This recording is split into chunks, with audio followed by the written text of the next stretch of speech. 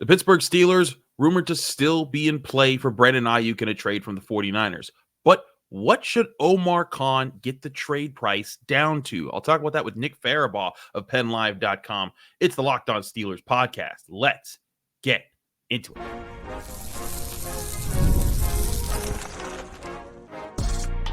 You are Locked On Steelers, your daily Pittsburgh Steelers podcast, part of the Locked On Podcast Network, your team every day.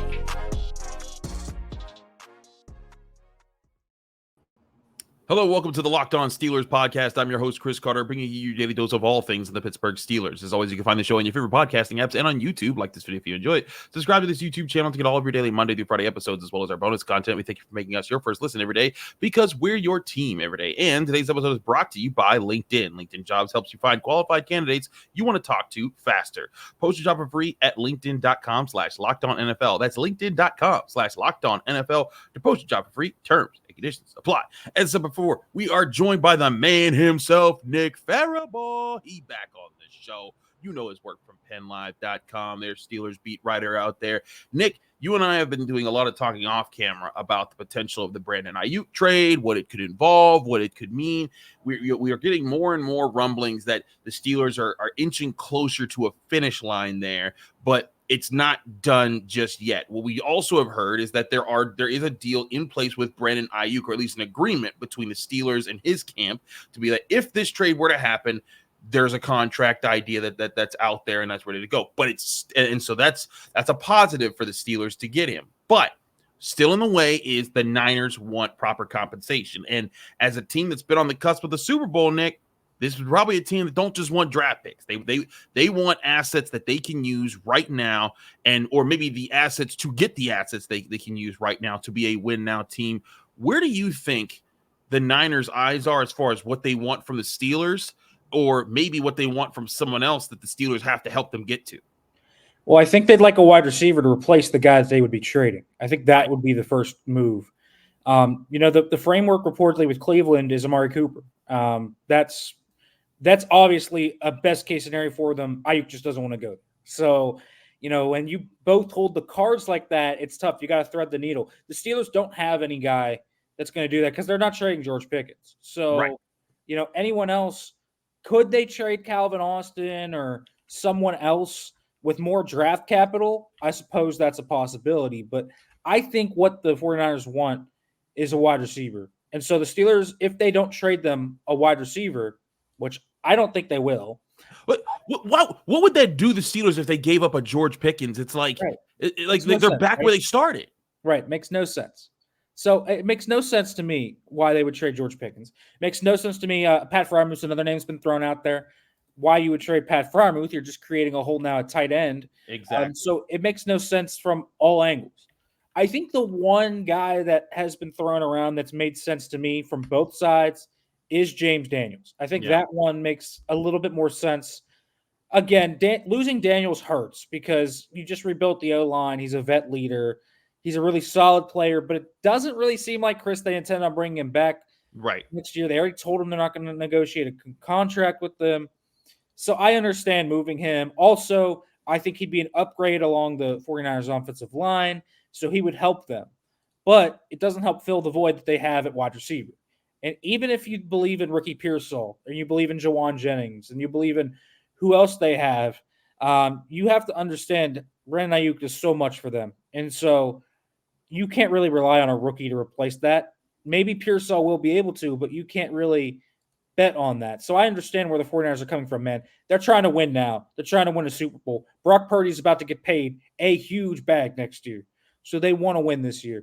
This is the last year they really can kind of put everything together before paying Brock Purdy. So it makes complete sense to me why that would happen. So the price to me is, honestly, if the Steelers don't give up a player and the 49ers don't want a player like Daniels because they want a wide receiver and instead would rather take picks, I think where this is going to come in, Chris, I think 2 day 2 picks makes a lot of sense. Maybe 1 in 25 and 1 in 26. And then the 49ers can use that in however fashion they wish to go explore, to then try and find another partner that would be willing to trade them a wide receiver that can help them win the Super Bowl. I think that's where we're at.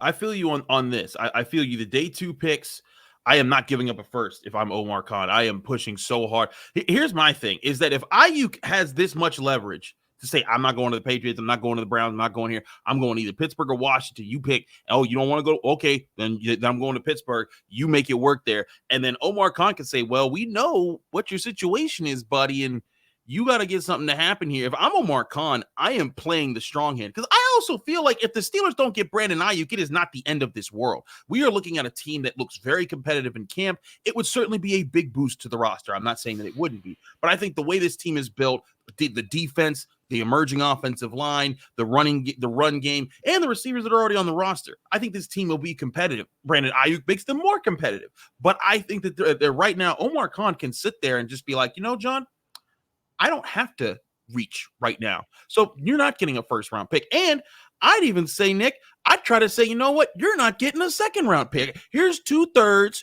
one here, one this year, one next year. And maybe he throws him, a player of not high consequence. But if I'm Omar Khan, this man has fleeced multiple times already in just 2 years. If he was able to pull something off like that, I think it'll be insane fleece. Now, will the Niners go for that? Because they're also going to be like, no, I want this. But I'm telling you, man, I think Omar Khan should walk this down to the wire, force their hand, and see just how far they'd want to go. And maybe that's what the holdup is right now. I don't think the 49ers or the Steelers should be in a rush to get this done. And that's what I think is holding it up.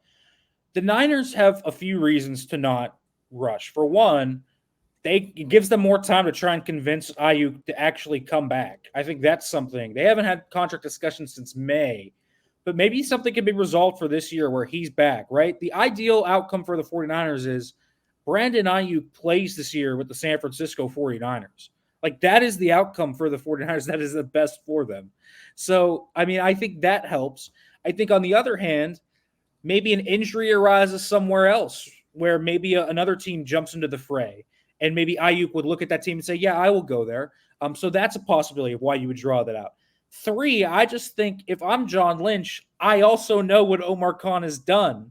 Yeah. So I'm going to put on my poker face too. That's a good point. I really think I know what you're saying with, trying to give up 2/3. I do not see this deal getting done without a second-round pick being moved. The Steelers are going to have to give up something that hurts. It just happens. Brandon Aiyuk is a top 10 receiver in this league. He is. And so, to me, to get a guy like that, even if you're going to pay him $30 a year, which is what he's going to want, you're still going to have to give up something that hurts. So a second and a third makes a lot of sense to me for the Steelers. I think when you draw it out, that feels like the right kind of point. And then I do think the other reason why it's drawing out, Chris, is, as we mentioned, maybe the Steelers are willing to give up that second and the third. It wouldn't surprise me if that's on the table right now from them. I wouldn't be surprised. I think the 49ers need to do some digging, because we had talked about this before Aiyuk arose. Who in the world is out there as wide receiver to trade for? There really was nobody. Aiyuk is the only guy we can think of right now. But maybe as cut down day gets a little closer, some team is going to be willing to trade somebody of value. And that's what we can kind of see this move. I wouldn't be surprised. I'm at this point right now, Chris. I wouldn't be surprised if Brandon Aiyuk and the Steelers had that trade done today. I wouldn't be surprised if it was done in 3 weeks. That's where I'm at. The timeline is so flexible right now because I think there's factors. The 49ers and the Steelers don't need to be in a rush, because it really seems to be between those two teams, because Brandon Aiyuk controls where he goes. Right. And then more importantly, I think the 49ers are sniffing around and saying, who's out there? Who's on the market? Who might be on the market? And I think those two things combined are why this hasn't happened yet.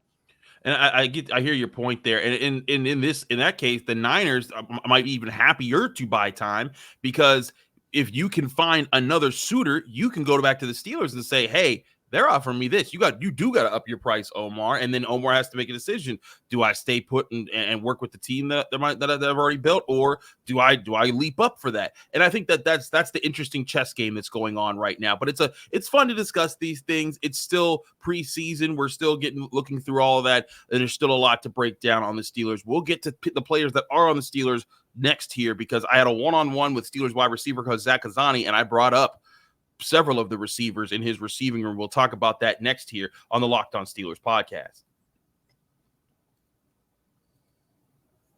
But first, remind you this show is brought to you by LinkedIn. When you're hiring for your small business, you want to find quality professionals that are right for the role. That's why you have to check out LinkedIn Jobs. LinkedIn Jobs has the tools to help find the right professionals for your team faster and for free.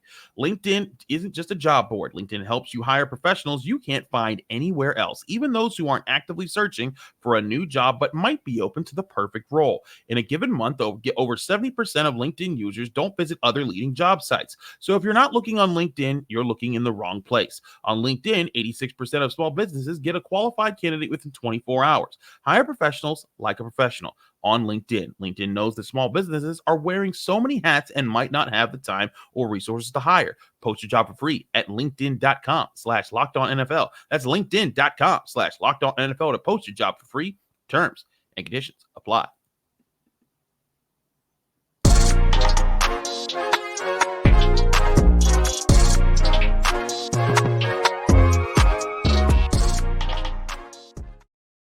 We're back here on the Locked On Steelers podcast. Chris Carter with Nick Farabaugh of PennLive.com. Nick, let's get into some talk here. I want to give a chance for the audience to get more of an insight from Zach Azzanni. Now, Zach Azzanni, of course, the Steelers' new wide receivers coach. There was a report out early on the first day of camp that he got into it with George Pickens. Since then, we really haven't seen it. In this interview, you'll hear me ask him that question. He'll kind of brush it off. But I kind of wanted to delve into the several different parts of the Steelers receiving room as it is right now. George Pickens, lots of questions about him and how he's developed, because Zach Azzanni said in minicamp he needs to work on the details. We'll talk about that. But also Roman Wilson, Calvin Austin, Van Jefferson, all those guys. You want to get all that? Here's my one-on-one with Zach Azzanni, and then I want Nick's thoughts on the way Zach Azzanni's approached this. But here's Zach Azzanni, Steelers wide receivers coach. All right. Zach, how have you felt the progress of your room as a whole throughout training camp so far? I think you're on week 3 now. Yeah, no, as a whole, I like the trajectory we're going. We're ascending. Camp is tough. Some days are a little bit down, some days are a little bit up, but we're ascending in the right direction, and that's all I'm looking for. So it's got to buying in, trying to do the habits that I'm trying to create in that room, and they're trying to take charge of it. So it's fun to watch them learn and grow as a unit. I talked to you back in minicamp. You talked about George Pickens. You said if he embraces the details of the work, the hard things, the little things, he'll be elite. How have you seen him embrace those challenges in camp? Yeah, I think he has. I said this yesterday. I'm excited where he's at. There's a lot of little things in his game that between him and I, we're trying to clean up. And as long as he takes coaching and buys in, he can be as good as there ever was, but he's got to buy into those things, and he is, slowly but surely, and it's fun to watch him do it. I know that you've addressed this before. I'm just asking. Yeah. But there was a report that you guys had a back and forth at the start of camp. But as a person who's been here every day, I haven't seen that happen again. How has he taken when you gotten in his face and challenged? George is a competitor. I'm a competitor. We're all competitors. Like I said yesterday, people make a big deal of that. That happens in football. My job is to push these guys hard and not let us drop below a standard. Me and George are great. He's in, I'm in. There's no ill will, none of that. We're coach player. We're rolling together, and he's been great. He's latched onto it, and sometimes that happens, out here on this field. It's hot and it's hard, and I got my job to take these guys to a place they don't want to go sometimes, and sometimes that's not always fun as a player. And so that's my job. I'm charged with it, and I take a lot of pride in that, and so does George. He's talked about being a leader by example. He wants to kind of show. How has he done that so far? Have you seen any instances where you've been like, okay, I need more of that for my wide receiver one? Yeah, no, he especially out here in the field, I see him finishing more of as in the past, working his ball security more than he has in the past. He doesn't need to say anything. When guys see him working on the things that we're coaching, then they know, hey, this guy's trying it, and they all buy in. So just watching him do those little things and try and get better brings everyone along with it. Van Jefferson's been on the judge doing his 300 jugs catches after practice, and he got that from the equipment staff. He did like Antonio Brown. How have you seen him kind of grow in camp and what he's able to show you? I can't say enough good things about Van. Extremely coachable, respects the game and how he play it. He's tough, he's physical. When he makes a mistake, he's really, really hard on himself and bounces back and tries to correct it. Like the little things like the jugs thing, he knows there's some things that the way he catches the ball that he needs to improve on. And that's him. That's not me. That's him doing that. That's what a pro does. So I am extremely happy and excited that he's in the room. You were really excited about Calvin Austin coming out of minicamp. How's he looking in training camp? Great. Calvin's looked great too, man. Did a really nice job. Being a leader, extremely coachable, tough kid. As we get into start game planning, now you start moving guys around, see what he's got. But, man, just really fun to coach that kid. Goes as hard as he can. I gotta pull him out of practice every day because he goes so hard. I saw Roman Wilson really making steps forward before his injury. How did you see him before his injury, and how has he kind of been mentally or just like in meetings? Yeah, unfortunately, that's what happens in football, especially as a rookie. He started making plays and came out of the spring and really was taking off, right? Struggled in the spring a little bit, which what rookies do sometimes, learning the system, learning the NFL way. Came into training camp on a roll and was really, really doing well before the injury. So our challenge is to get him to pick up where he left off, and that's on him, that's on us, him mentally. So he's rolling right with the X's and O's right when he comes back. But I liked where he was headed before he got hurt. As a position coach, your job is to keep these guys on point and focused on the task at hand. Right now, there's a lot of buzz in the air about you guys might be getting a new wide receiver. How have your guys blocked that noise out? Is that even a thing that you guys have to even worry about? These guys all have phones. They show the rumors, all those things. We don't talk about it in our room, honestly. We have so much to worry about out here. We can control. Like I said yesterday, Mr. Rooney, Omar, his staff, Coach Tomlin, that's their job. My job is to coach the guys they put in that room and do a really good job. And whoever's in that room, I'm going to coach them. But we don't talk about it. There's nothing we can control. So and when I say it never gets brought up, I mean, there's not even a hint of it. It's not even the elephant in the room. We just are, focused, laser focused on every day at practice, and that's not coach speak. That's real talk. What's Arthur Smith been like in the OC? Hearing contributions from you into what he's been doing, game plan is, and how he's building things out. No, I'm excited to work with Coach Smith. His brand of football. We believe in the same things. Hard edge and being a physically dominating offense, and it's fun to work with a guy that shares those same values as you. And he takes the handcuffs off me and lets me coach the way I want it, and I love that. So I love our entire offensive staff. They're fun to work with. So a lot of different things said there from Zach Azzanni, Steelers wide receiver coach, my one-on-one with him on Wednesday. But Nick, I want your thoughts on the things that he talked about with George Pickens, him addressing the details, the things that he does to lead. Because as much as Brandon Aiyuk is also about pairing somebody with George Pickens, I think it's also about finding a leader for the wide receiver room, because George Pickens hasn't showed a whole bunch of leadership qualities early in his career. He's very much been a playmaker, but he hasn't been the guy that everyone rallies around and says, everyone get behind me, we're going to do this. Like he's been the playmaker, the young guy, the hot shot. What have you seen out of him, and what is your interpretation of how his relationship with Azzanni could help maybe make him that, or if that's just not going to be in the cards? Well, he's been pretty darn good out there on the field. I'll say he's that. Kicking butt. Yeah, he's kicking butt. Right. So one thing he's done really well this year that shows me he's worked is that he is a much better intermediate route runner. He's separating more. He's winning over the middle of the field. So clearly there are improvements and work he puts into his game. As for, the effort part of it, I really want to see him block, man. Like we haven't really seen a ton of wide receiver blocking show up yet in camp. Even like Van Jefferson, who we know on tape goes after it blocking wise. The wide receivers right now are thinking, let's try not to get hurt. Like, honestly, like that's what it is. So I'm interested to see that. I do think he, as Azzanni said, like he's pushing a little bit more. He's finishing out runs more. One thing Jalen Warren and Najee Harris always do after their runs is doesn't really matter, Chris, where they get stopped. They run it out all the way to the end zone. Yep. George is doing that now. I think that's a little nice. Little things, right? It's the little things sometimes that you see. So you keep doing that. All right, that's going to help your conditioning. So different things like that. And I'll say this, since, George kind of got mad on the first day, I definitely haven't seen it. We have seen him actually run to Zach Azzanni sometimes and take some coaching points from Zach Azzanni. So I think George is taking to the hard coaching not bad at all right now. And so I'm interested to see kind of how he looks throughout the rest of training camp, preseason, regular season. Man, one thing they need out of him is just better leadership, more maturity, all that. That needs to come with it because we know the talent is there. You see it every day. Like the one-handed catch he made on the screen today. This guy is from another planet sometimes, man.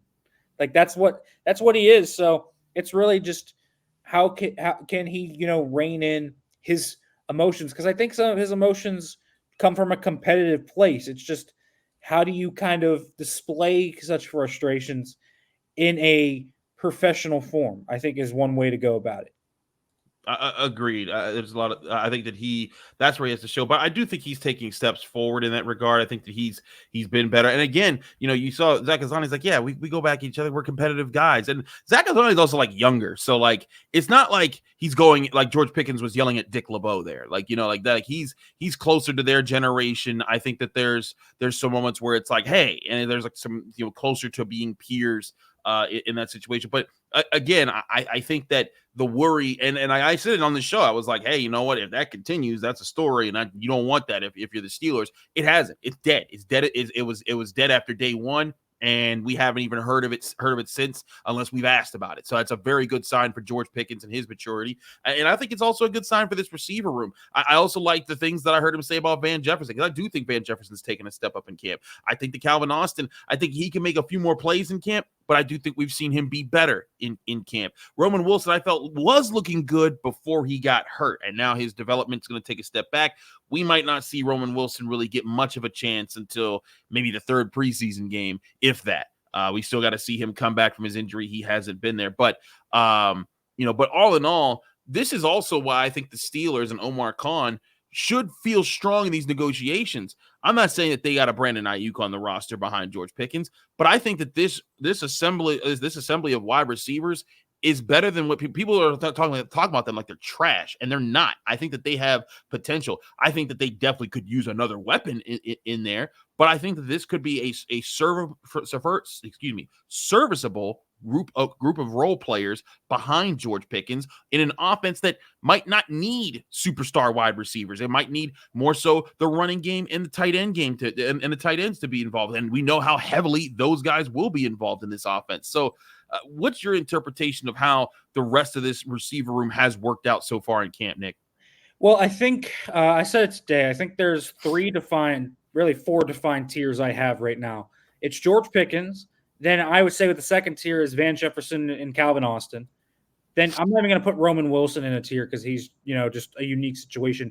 I think third, Scotty Miller and Quez Watkins, and then I think you have the rest. And what I think you're kind of seeing is I think Calvin Austin and Van Jefferson had some nice camp. Like, I think they're having nice camps. Calvin Austin had a phenomenal spring, too. And so I look at these guys, and Van Jefferson's really surprised me. I'm going to be real. I didn't have much expectations for him. He's been pretty outstanding. He's catching everything. Like, one of the biggest issues, as Zach Azzanni kind of referred to, he has issues catching the ball with some technique. He had a lot of drops in his career. Well, catching 300 balls after practice every day is a good way to fix that. So you see him working on his issues. And he's done a really nice job. I'm not sure. I really think that if they can do it, they should swing the Aiyuk deal. And the reason is I agree that they can be fine. I still think Aiyuk opens up such a dimension for the offense because here's what then happens. Then Van Jefferson becomes a really good 3. Like that, I have no questions right now. Van Jefferson can be a nice 3. If he is the 3 in this roster, he will be a better wide receiver 3 than Allen Robinson was last year. There's no question to me about that. And then if Aiyuk's here, Calvin Austin becomes this Khalif Raymond deep target guy, and I think could be a high-efficiency target player that could just win down the field. I just think it opens up the kind of the cachet for the weapons, and that's before we even factor in Roman Wilson. So I do think that I think this room is better than I thought it was coming into training camp, but it wouldn't deter me from making that Aiyuk move. I don't think they need to be desperate to land Brandon Aiyuk, but I sure would like it because I think they could just open up this passing offense to what they want to do, Chris. The basis of the offense, we'll talk about the play action, is run the ball and hit the play action explosives. I think with that unit, they'd be able to do it at a high level. Well, that's the teaser right there. That's what we're getting to next here on the Locked On Steelers podcast. Play action talk. That more next here on the Locked On Steelers podcast. But first, I want to remind you this show is also brought to you by Gametime. Gametime is the app you can download to your phone to buy tickets to your favorite events without it being stressful. Gametime is where you can book tickets to all your favorite sporting events and so much more. It's summer, and that means it's baseball season, so get tickets to all your favorite ball clubs and see their next game with tickets from Gametime. Whether you're in Pittsburgh and you want to see the rookie phenom Paul Skeens pitch on the mound for the Pirates, or you're in Los Angeles and want to watch Shohei Ohtani be a world sensation for the Dodgers, Gametime has got you wherever you go.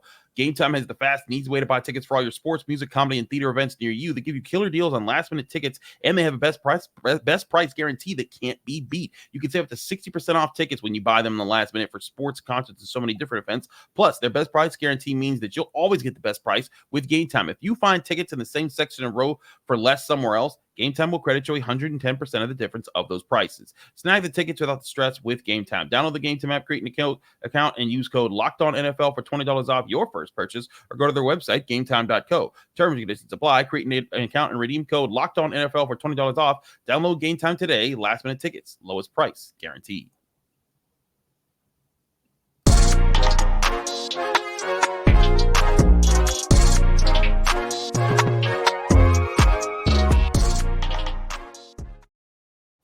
We're back here on the Locked On Steelers podcast. Chris Carter, Nick Farabaugh of Steelers Live, PennLive.com. Nick, let's get into the play action talk here. We got a chance to talk to Russell Wilson, who will not play in Friday's preseason game. Mike Tomlin confirmed that, along with TJ Watt, Cam Hayward. I think Patrick Queen was in that mix, and Minka Fitzpatrick, if I remember correctly.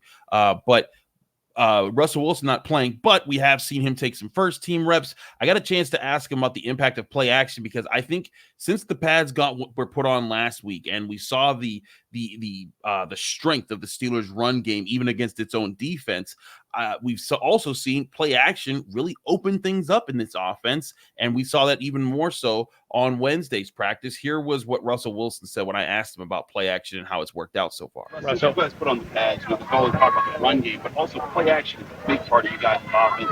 How have you seen the early stages of how you guys practice it, how it's working, and against this defense? It all starts up front. Just the physicality up front has been phenomenal. How we've been able to, move off the ball and just fire off the ball and do the things we need to do. That opens up everything, and we just want to be able to, be multiple in our personnel, multiple in our scheme, our concepts and everything. Coach Arthur Smith's done a great job with that, and all the coaches, coaching it up too. It's all a complete team effort, and we're looking good and we're feeling confident. Russ, what kind So a lot of different things there from Russell Wilson on the play action and saying the benefits of it there. But Nick, I really think that it can't be. I think Steelers fans might not be able to grasp the importance of play action in a strong running offense, because Steelers fans haven't seen a strong running offense since the days of Le'Veon Bell. And even in those days, you could run play action, but you didn't need to as much because you still had Antonio Brown just getting open in 3 seconds anyway. Like he was just that elite that, they use play action, but it wasn't as open. And I think that with what they're trying to do, with the way they're trying to run their offense, if this offensive line takes these steps forward that they're expecting, if the run game really opens things up and they are able to punish teams like that, they'll get teams to bite up, and it'll open opportunities, and especially over the middle for Russell Wilson or Justin Fields or whoever. But I think that this is an understated thing that I don't think Steelers fans fully grasp how it's going to help this offense. How much do you think play action will play a role in the success of the Steelers in 2024? Huge factor. I think it has to be, because I think it minimizes the negatives of both Russell Wilson and Justin Fields and maximizes what they do really well. And their deep balls are both extremely good, extremely accurate. And more importantly, those play action shots kind of forces you to kind of be in the pocket, Chris, right? You're not really running around and doing crazy stuff all the time on play action. You kind of play fake it, 1, 2, 3 hitch. If the ball's there at either read, you kind of just throw it, right? Like that, it minimizes what Russell Wilson, Justin Fields can kind of do if they're going to run into sacks. So this is why I think it's going to be so important for them. And more importantly, I just think they have the personnel to pull it off. You look at the guys that they have at receiver, like we talked about Calvin Austin, Van Jefferson. You could throw Scotty Miller and Quez Watkins in here, and of course, George Pickens. These are vertical threats. Roman Wilson, great horizontal field stretcher. He's a very explosive player in short areas. We saw him do this in Michigan. He won on those over routes and crossers all the time. And so this is really where the bread and butter is going to be. They're going to run the ball for efficiency and then try and hit you behind it for big plays. That's always what Arthur Smith's wanted to do at his height. That's what made those Ryan Tannehill, Derrick Henry offenses work. when you look back on it, Chris. That's exactly how they worked. So it's going to be a huge part of it. And I also think, an underrated part of this is we talk about why does Arthur Smith care so much about blocking? Like, this is a part of it.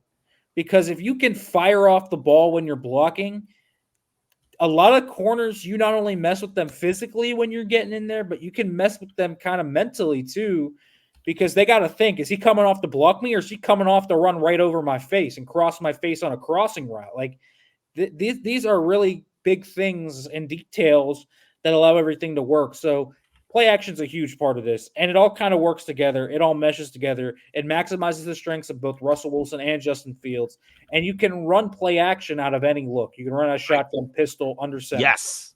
And so that's really the big thing. And then you kind of pair it. I'll even throw, it's not the same thing, but I'll even throw, RPOs in here where you have options like that too. We've seen the RPO game really come out, especially when Justin Fields has been in there, where it's really a three-man option. It's either hand the ball off, throw it, or run it yourself. So I think there's just so many different things they can do with that. It is the base of the offense in terms of making this passing game work. Yeah, I think that there's a lot to show that this is very much, I think, can be a part of the offense. And again, it has to be built off, right? They have to run the ball well. And also, to run the ball well, you need to also have just a normal passing threat, which I think they will. And I think that's the thing that people might not understand, how it all kind of balances off each other. Teams haven't been scared of the Steelers throwing the ball in quite some time. I mean, like, maybe for only part of the 2020 season. Like in 2021, people weren't scared of old man Ben Roethlisberger. People weren't scared of Mitch Trubisky. They weren't scared of Kenny Pickett. They weren't scared of Mason Rudolph. If Russell Wilson comes out and hits some accurate passes around the field early in the game, they'll have to honor and respect that. And then that'll open up more chances in the run game. And if the run game's going and then you start bullying people with it, that's the stuff that opens up the play action. But it all plays off of each other. It's all relevant to each other. And that's where I think that Steelers fans need to understand. This is why, I think that there's a lot of hope for the season, because they didn't get really any of those things clicking until the very last part of the season, when you saw the offense start to take off with Mason Rudolph.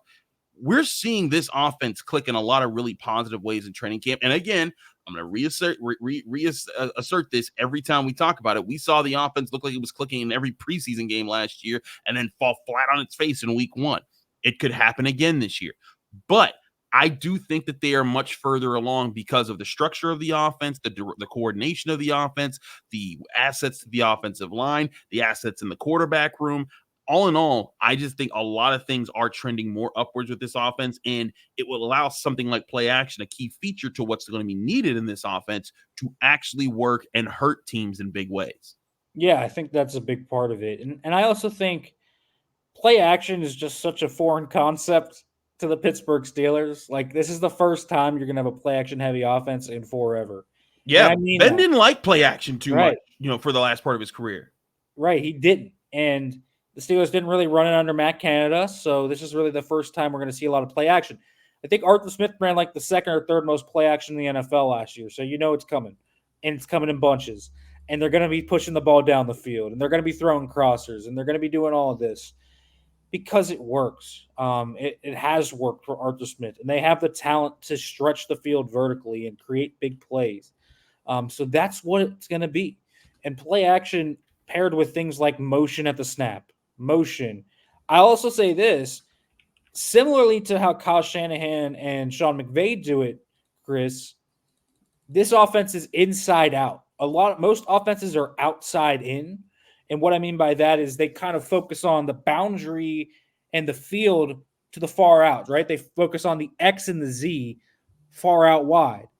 Well, the X and the Z in Arthur Smith's offense are off the tight end's hip and condensed formations, and that creates traffic that allows the middle of the field to be opened up. It makes a lot of the plays look the same, so the run and the pass mix together, and it makes you read your keys if you're a defense. So these are all intertwined together, and this is why play action is such a big concept in Arthur Smith's offense. And again, it just fits what Russell Wilson and Justin Fields are good at. For Russell Wilson specifically, though, Chris, we've seen a lot of under center play action. I want to see most of that play action come in the pistol and in shotgun, so that way Russ doesn't have to here's the thing with Russ. I think one of the biggest problems with Russ in terms of ripping the ball over the middle of the field is I think sometimes he just can't see over his offensive line. He's too short, yeah. Right. So I think when you put him in pistol and you put him in shotgun, you allow him to read the defense pre-snap, and then you allow him to get more depth on that drop so he can see. And so I would like to see a lot of the Russell Wilson play action stuff come out of a gun-oriented formation, personally, rather than under center.